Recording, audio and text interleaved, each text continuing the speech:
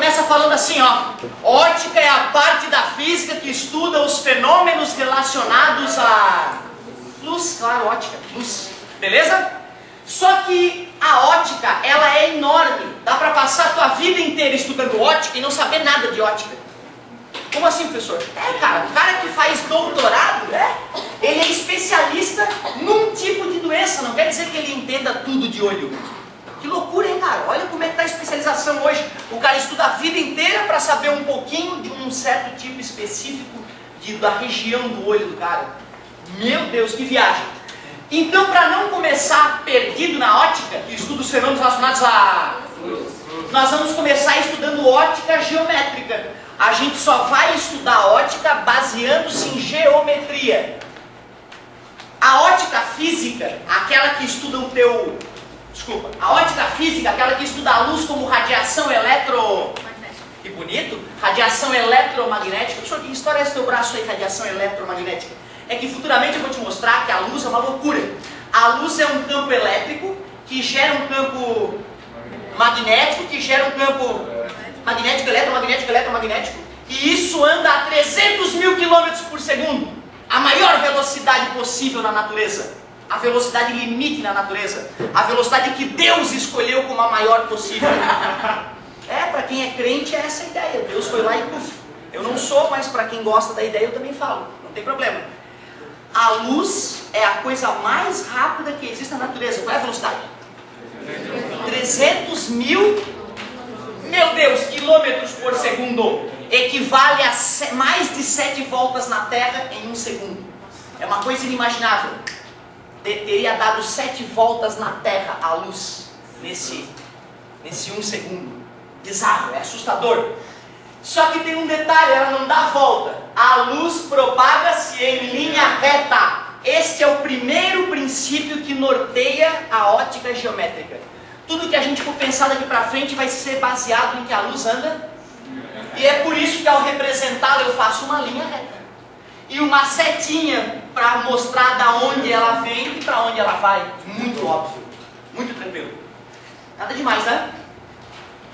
Além dessa ótica geométrica que eu comecei a te ensinar agora, eu te falei que tem a ótica física, que estuda a luz de verdade, e a luz é uma radiação eletromagnética. Que outras radiações eletromagnéticas existem, professor? Ah, legal, legal. Ao longo do ano eu vou repetir isso aqui umas 10 vezes ou mais. E até lá tu vai ter que ter decorado comigo, beleza? Não, pelo amor de Deus, chega. Chega.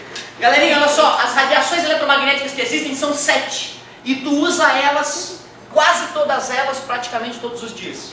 A primeira radiação eletromagnética que existe, eu acordo todo dia com ela. Porque eu acordo com a minha TV.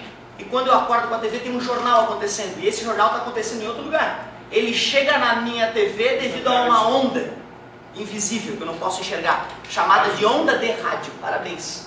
Mas não é onda de TV? Não, é que a onda de TV é chamada de onda de rádio. Certo? Elas são do mesmo tipo. As ondas que carregam a informação para o rádio e para a TV são do mesmo tipo. Por isso que a gente chama de ondas de... Muito obrigado. Se tu não repete na aula, tu aprende menos. Tu sabia disso? Isso é cientificamente comprovado, tá? Então mesmo que tu tenha vergonha de pronunciar alguma coisa, tu pode falar lá dentro. Isso ajuda, é confirmado, tá? Parece babaca, mas é absolutamente confirmado, né? É uma mnemotécnica clássica essa. Então beleza, ondas de rádio são as primeiras ondas eletromagnéticas que existem. Elas têm os 300 mil quilômetros por segundo no vácuo, assim como todas as radiações eletromagnéticas. Beleza? Só que a maneira como os campos eletro e magnéticos se intercalam é mais lenta. Ela avança para frente com a velocidade de 300 mil km por segundo. Mas o intercalar dos campos eletromagnéticos é mais lento. E aí ela é maior zona. O comprimento de onda dela é grandão. Vai de 3 metros a 10, 30 quilômetros.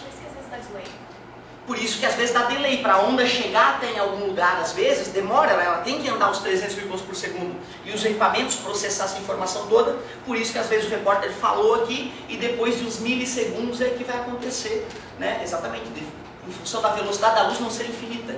Certo? A velocidade da informação também tem esse limite. Né? Qualquer coisa na natureza deve respeitar esse limite da velocidade da luz. Certo? E isso tem a ver com a teoria da relatividade. Ontem eu respondi uma questão do seu professor sobre teoria da relatividade, muito interessante a questão.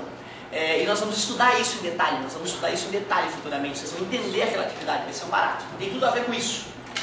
Depois das ondas de rádio, meus queridos, tem uma outra radiação muito importante que é o infravermelho. A radiação infravermelho, pessoal, é uma radiação que o teu corpo emite a todo momento, que tudo emite a todo momento. Um tipo de luz que sai dos corpos a todo momento, só que a gente não consegue enxergar com os olhos essa radiação. De que radiação eu estou falando? Infravermelho. Todo o corpo que tem temperatura acima da menor temperatura que existe, como eu vou te ensinar na última aula de hoje, emite radiação. Tu já viu? Claro que tu já viu a câmera, aquela câmera infravermelha que aponta para as pessoas ficam vermelhinhas, ou azuisinhas, ou encamadinhas, dependendo da temperatura, e o ambiente fica mais escuro. Por que o ambiente fica mais escuro que as pessoas? Claro, vocês concordam que a temperatura do corpo de vocês é maior que a temperatura das paredes, do teto e do chão? Então se eu aponto uma câmera infravermelha para vocês, vocês vão ficar destacados pela radiação que sai do corpo de vocês, e o chão vai ficar escurecido porque dali vem menos radiação. Infravermelho. Com certeza. Na verdade, um corpo só para de emitir radiação quando ele atinge o zero absoluto, o zero Kelvin. Mas isso é na física aí. Eu pulei uma, meu Deus. Primeiro eu acordo com a televisão e depois eu faço o meu café quente no aparelho de micro-ondas. Eu pulei o micro-ondas, me perdoem. Então vamos de novo. Ondas de rádio. Logo em seguida, micro-ondas. Eu pulei, me perdoa, foi culpa minha. Micro-ondas. Micro-ondas também é uma radiação que no vácuo anda aos mesmos 300 micro-ondas por segundo. Só que agora os campos eletromagnéticos se intercalam um pouquinho mais velozmente. Quer dizer que a frequência aumentou. E depois da micro-ondas, agora sim, infravermelho. Muito obrigado. Infravermelho. Talvez infravermelho seja a mais comum das radiações, porque tudo emite. Os átomos emitem radiação infravermelho o tempo inteiro. Basta não estar na temperatura do zero absoluto. Já escutaram falar do zero Kelvin, né? Hoje nós vamos voltar a falar em detalhes sobre isso. Show de bola. Depois do infravermelho, adivinha o que vem? O vermelho. Porque infravermelho significa com a frequência abaixo do vermelho. Então depois do infravermelho, claro, vem o... E depois do vermelho, o alaranjado, o amarelo, o verde, o azul, o anil... E termina as cores do arco-íris com o violeta. Muito obrigado. Ô professor, eu vou ter que saber as 7 cores do arco-íris? Vai. Na sequência, professor.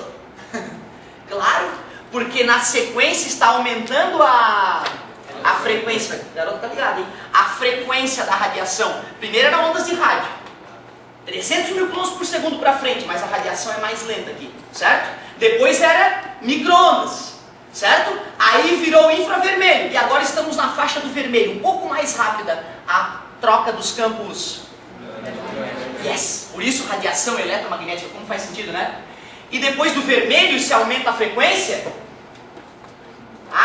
laranjado. A galera fala laranja. Laranja é uma fruta. Alaranjado é a cor. Beleza? Aí depois é alaranjado, amarelo, verde, azul, anil, que é aquela viadagem do Newton, ninguém sabe o que é anil, anil, certo? E depois do anil, violeta. Pera aí então, já que do vermelho ao violeta é um tipo de radiação chamado luz, podemos dizer que era ondas de rádio, micro-ondas, infravermelho, luz, que mistura todas as cores que nós enxergamos, e é só um pedacinho do que existe.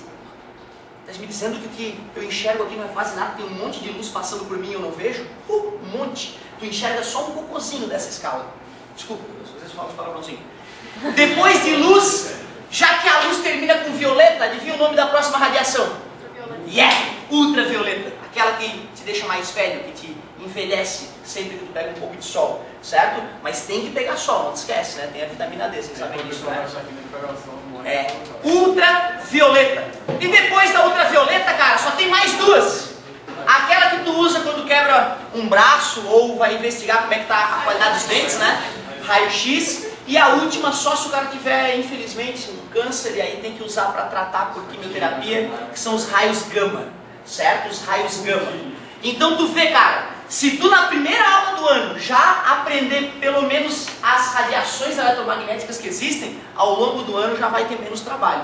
Começa com rádio, ondas de rádios. Esquenta o café aonde depois de acordar? Micro-ondas, aquela luz que todo mundo emite o tempo inteiro. Infravermelho, então depois vem o vermelho e todas as cores, que é a luz. Terminou a luz, que termina com violeta, ultravioleta, só sobra o raio-x. É isso, as 7 radiações eletromagnéticas que existem. Eu falei nessa ordem, em ordem de aumento de... Isso. E olha que legal, cara, imagina só, se a frequência é baixa, a onda fica desse jeito. Se a frequência é maior, eu caminho na mesma velocidade, certo? Então, frequência baixa deu um grande comprimento de onda, que eu vou te ensinar futuramente, só no ano passado, né? E quando a frequência é alta, dá um comprimento de onda. É por isso que as ondas de rádio podem driblar montanhas, porque elas são maiores, e por isso que os raios X podem atravessar entre os átomos, porque são pequenininhos, minúsculos. Faz sentido mais uma vez, né? Mas essa aula completa de radiação eu vou te dar só lá no final do ano. Já falei demais sobre luz. Fala, meu querido. Também daria para fazer uma relação, é verdade. Pessoal, olha só. Voltando à Terra aqui, voltando à ótica geométrica, me empolguei com as radiações eletromagnéticas.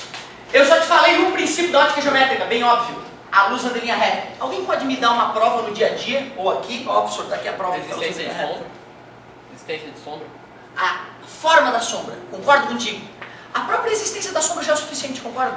Porque se a luz fizesse curva, né, a luz atravessaria os objetos, iluminando atrás deles, e a sombra não poderia existir. Concorda comigo? A existência da sombra é uma prova de que a luz anda em linha reta. Eu diria ainda, para ter certeza absoluta disso, é só lembrar que se tu está num dia belo de sol e aproxima a tua mão, levanta a tua mão, o que vai aparecer lá é exatamente o formato do teu braço com a tua mão aberta, não é isso? Mostrando que o contorno da tua mão está sendo respeitada pela luz, mostrando que ela anda em linha reta. Outro princípio básico, os raios de luz são independentes. O que eu quero dizer com isso? Eu quero dizer que quando dois raios de luz se cruzam, eles não interferem um no outro, eles se cruzam de maneira independente. A prova disso é que tem luz saindo de vocês e vindo para mim, dos meus olhos, por isso eu enxergo vocês. Tem luz vindo de vocês e vindo para mim, certo? E tem luz cruzando aqui, ó, vindo de um grupo e do outro, e chegando no meu olho. E eu não fico embaralhado na hora de ver. Quando eu olho para cá, a luz que vem de lá não me incomoda, certo? Outra maneira de enxergar a independência dos raios de luz. 2 lanternas, sem luzes. Eu ilumino com uma lanterna uma parede e com outra lanterna outra parede, de tal forma que os feixes de luz se cruzam. Isso vai interferir na iluminação? Não. Em nada. Por isso que eu digo que os raios de luz são independentes. Finalmente, os raios de luz são reversíveis. Que loucura é essa? Se um raio de luz faz um caminho na ida, outro raio de luz pode fazer exatamente o mesmo caminho na volta. Melhor ainda, se tu olha alguém no espelho, olha no olho da pessoa através de um espelho, então ela também está te vendo. Ah, professor, mas tem um filme. Não. Aí no filme, os policiais ficam numa região sem luz. Como é que o cara vai ver se no corpo do cara não está batendo nenhuma luz para refletir? Certo? Mas numa situação normal do dia a dia, tem um espelho lá e está olhando no olho da pessoa, então a pessoa está olhando no teu olho. Por isso, inclusive, que na traseira de alguns ônibus vem um recadinho para os motoristas, não segue. Certo? Se você não vê o meu espelho retrovisor, eu não te vejo, animal. Devia estar assim, né? Uma coisa óbvia. Às vezes o cara está atrás do ônibus, buzinando pro cara do ônibus, como se, ô meu, olha aqui, eu tô aqui, eu quero ir. Mas o cara do ônibus não tem um olho lá atrás, né? Certo? E o retrovisor do ônibus não funciona, não sei se vocês já perceberam, né? O retrovisor interno do ônibus é para ver as pessoas, né, se matando de repente no ônibus. Certo? Então, galerinha, ó, um raio de luz sai do meu olho, bate no espelho e vai para o olho da Jezebel. Então quer dizer que existe um raio de luz que sai do olho dela, bate no espelho e vem em direção ao meu olho. Se um raio faz o caminho de ida, outro raio fará o caminho de volta, se houver luz para isso. Por isso, os raios de luz são reversíveis, ou em outros livros, a reversibilidade dos raios de luz. Só 3 princípios bobos para começar a entender um pouquinho de ótica geométrica. E já que o garoto falou em sombra, vou aproveitar o embalo.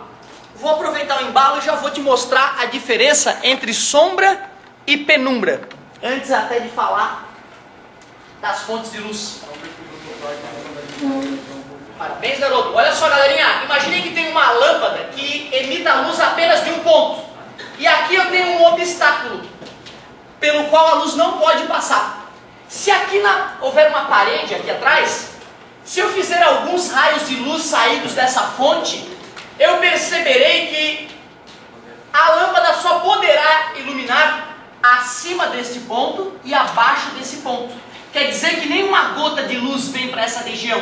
Então essa região eu posso chamar de uma região de sombra. Cuidado, gente, sombra é a ausência total de luz.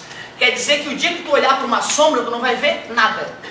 Certo? Quer dizer que essa coisa que existe entre vocês não é sombra. Então aquilo ali não é uma sombra, é errado chamar aquilo de sombra. Ah, pessoal, então no meu dia a dia... Não. Estou falando da física, aqui na sala de aula, no vestibular. No dia a dia, tu não precisa corrigir a tua manhã e a tua sombra. Não, é uma penumbra. Né? Não precisa, certo?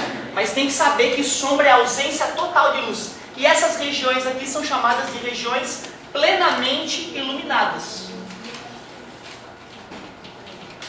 Oi.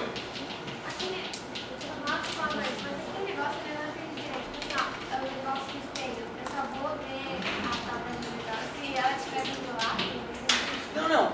Em qualquer situação da tua vida, normal, quer dizer o seguinte, tu não está participando de um interrogatório, certo? Como é que é o filme lá, o interrogatório? Tem um espelho, certo? E o espelho é uma camada de vidro com uma lâmina de alumínio, certo? O espelho desses interrogatórios é só uma lâmina de vidro, basicamente espelhada, não tem uma lâmina de alumínio em volta. Quer dizer que quem está atrás do espelho pode ver quem está se vendo no espelho. E por que um espelho? Por que deixar levemente espelhada essa camada de vidro? Porque a luz que vem do ambiente onde o cara está sendo interrogado bate nesse espelho e volta para a sala. E lá do outro lado do espelho está totalmente escuro, não tem nenhuma lâmpada acesa. Estão lá os policiais, verificando a reação de quem está sendo, certo, interrogado. Nesse caso, o cara que está lá dentro não consegue enxergar as pessoas do outro lado, concorda comigo? Até porque a função do espelho não é essa. Porém, imagina o interrogador e o interrogado. Tem um espelho ali, certo? Eles estão falando de frente um para o outro, lógico. Quando o interrogado olhar para o espelho, concorda que ele vai ver a imagem desse cara aqui? Concorda comigo? Se ele olhar para lá e aquele sujeito também olhar para lá, e um estiver olhando no olho do outro, certo? Isso é uma prova de que os dois estarão se enxergando.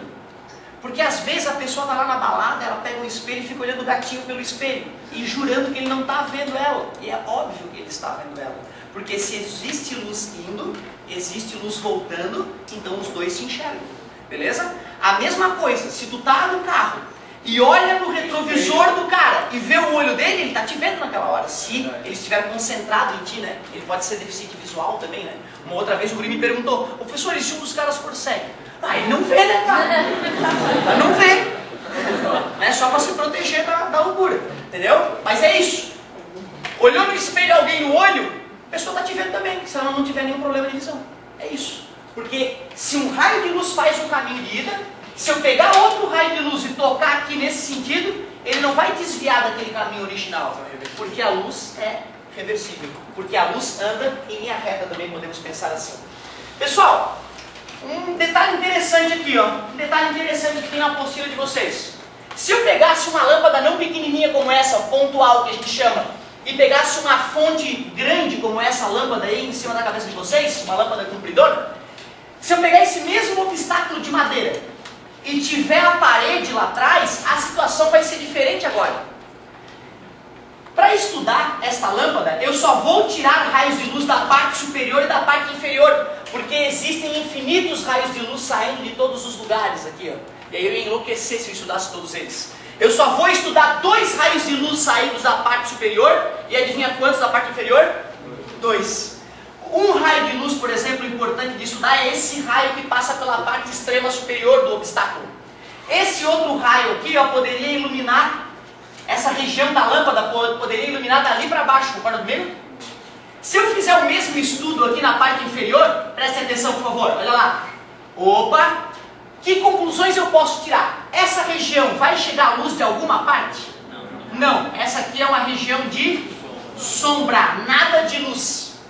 Daqui para cima e dali para baixo, toda a parte da lâmpada consegue iluminar. Então é uma região plenamente, todas essas duas aqui, daqui para baixo, então são regiões plenamente iluminadas.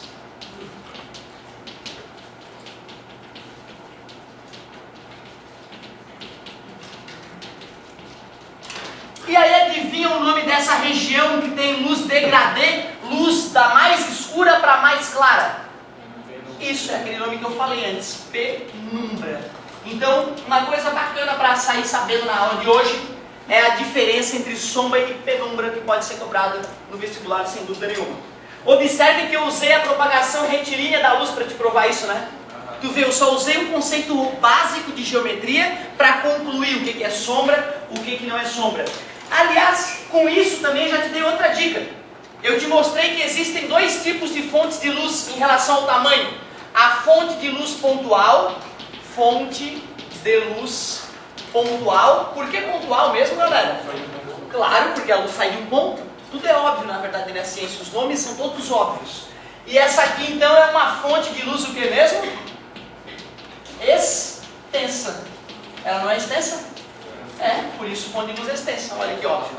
Certo? Uma fonte de luz pontual pode gerar penumbra?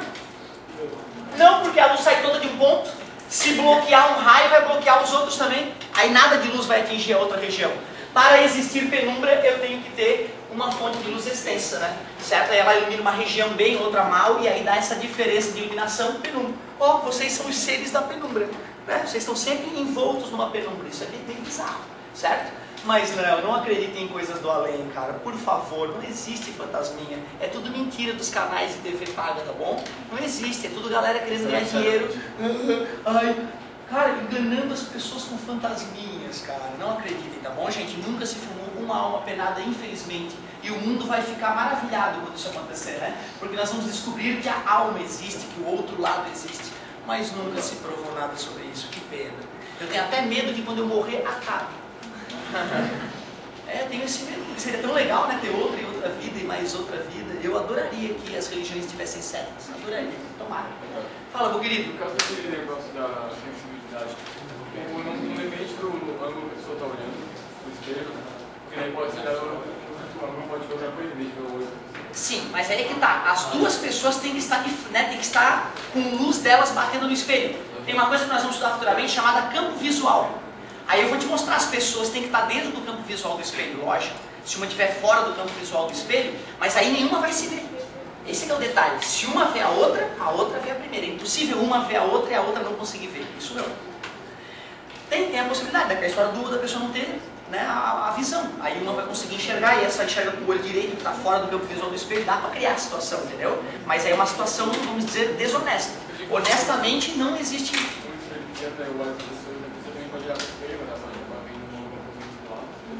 Não, mas aí que tá, mas ela tem condição de te ver, é isso que eu quero dizer, entendeu? Ela tem condição de te ver, obrigatoriamente. Pessoal, olha só, vamos avançar no estudo sobre as fontes de luz. Quero dar uma avançadinha no estudo sobre as fontes de luz, vamos dar uma olhada nisso. Fala, amigo.